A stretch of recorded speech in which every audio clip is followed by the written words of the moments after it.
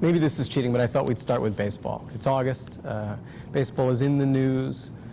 The Yankees are doing well. The Mets even seem to be shaping up a little bit. Now we've got this baseball strike. Well, fiscally, if it happens, it's very bad for everybody. Bad for the players, bad for the league, no matter what happens. Bad for the United States of America. Bad spiritually. It's bad from a values point of view. Because a lot of Americans don't understand how you can be as rich as they all are. Let's talk about Mario Cuomo, the baseball player, for a second. Was there ever a time when you looked at baseball as a way to make a lot of money? No, as a matter of fact, when I signed a contract with Pittsburgh, I got $2,000. Mickey Mantle had gotten $1,100 the year before. Yogi Berra got $500. But I was so convinced that I wouldn't be a good baseball player and that baseball wasn't for me that I almost didn't even show up. Do you like George Steinbrenner? See, I'm at a different stage in my life. You know, when I was younger, I was very harsh in my judgments about everybody. People write casually, he's a good man, he's a bad man, he's a greedy man. I don't know anything like that about him. He's a businessman who owns the most valuable sports franchise in the world, perhaps. And he wants it to return profits to all the shareholders, not just him, because it's such a valuable property. He is disturbed that other teams in the league and in baseball generally draw more than he does. He doesn't know why that should be. He's been in first place all year long. He has the Yankee Stadium. It's the most valuable franchise in baseball, and he can't get people to come to the games in the numbers that would appear to be appropriate. He's trying to change that. I don't have any difficulty with that. Elections end up often being focused on one or two issues: death penalty, abortion. They're hot-button issues. Sometimes they're not the ones you'd like. If you could set the agenda today, if you could make a #1 issue, say, look, this is what we should focus on, and I don't want to focus on emotional issues, what would it be? #1 issue. The #1 issue would be intelligent, don't focus on one issue. That's what I would try to achieve. If I could get one thing done, I would say to the people, don't let them con you. Don't let them think that you can do any one thing and solve the crime problem. You can't afford the foolishness of saying, this is the single most important thing. Now, smaller minds will insist on that. The media will insist on that because it irritates them to say, oh no, you have to keep 50 balls in the air at once. They only get 800 words to write.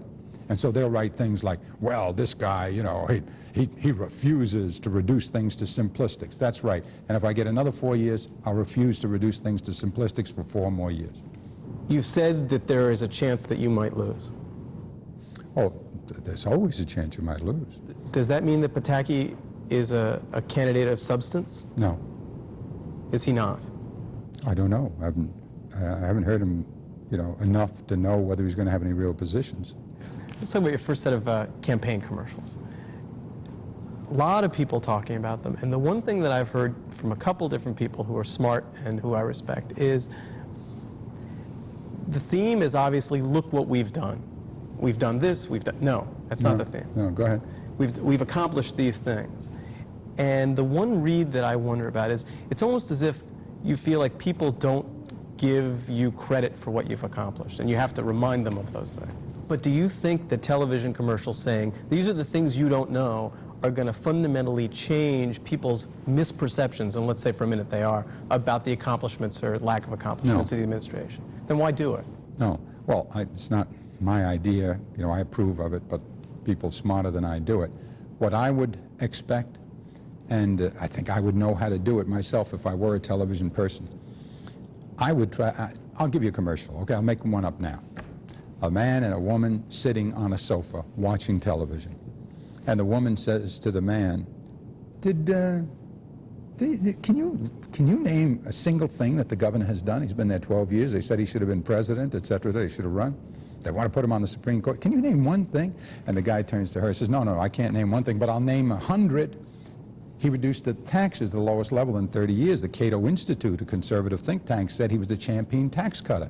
He created 13 centers of advanced technology, made the roads and bridges safer than they've ever been, did the first environmental assistance fund, but did the first woman on the Court of Appeals, the first Latino on the court, did it, and then the woman, you know, and there's a crawl now on the screen listing these things, and he's going a mile an hour, he's going so fast, she gets aggravated, puts her hand over his mouth, he pulls the hand away right at the end of the commercial, second 27, and says, and he did more. Boom, end of commercial. If you want to know what the governor did, just write or call this number and listen to the whole list on top. When you wake up in the morning, what are the things you look forward to in a day? Going to sleep. Yeah, I'm so tired now because we're running all over the place, you know. You get up very, very early, really early, because I want to do that work before I get out of the house at whatever time it is, 8, 9, 10.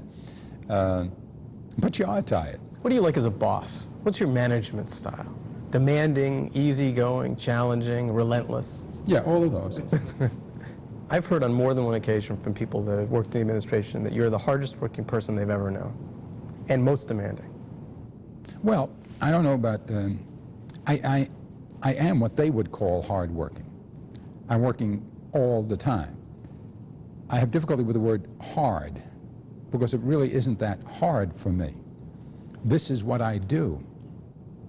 I wrote a line once, life is motion, not joy. I don't like to sleep long hours. The idea of going down to the beach and smearing cream on your lips and your nose, you know, and then go, for 3 hours? Be dead for 3 hours and let them parch your throat and burn your skin? That to me is foolish. And now, a lot of people do it, and don't get me wrong, I don't want to ruin tourism. But, you know, I'd rather stay busy. So it's not, you know, that's what I do. I was told that your idea of a summer vacation is coming into the office for a week without a tie. No, that's a summer and fall. A whole week is a very long period of time. The last time when you announced you were going to run, you said that you wanted to finish the job. Few more years is all I need, I think. The 3 years you took from me in the recession. Does that mean that this is your final term if you win? Well, I hope that I'll be able to get it all done over the next few years. I think I will be able to get it all done. We're pointed in the right direction now because I put everything in place. There are tax cuts. There will be more. There is high tech. We are making things of quality and selling it overseas. I have strengthened my education system, but there's obviously a little more to do. I think if you give me back the 3 years I had, I'll probably not need any more. So yeah, I am hoping and I expect that I'll get it all done in this term.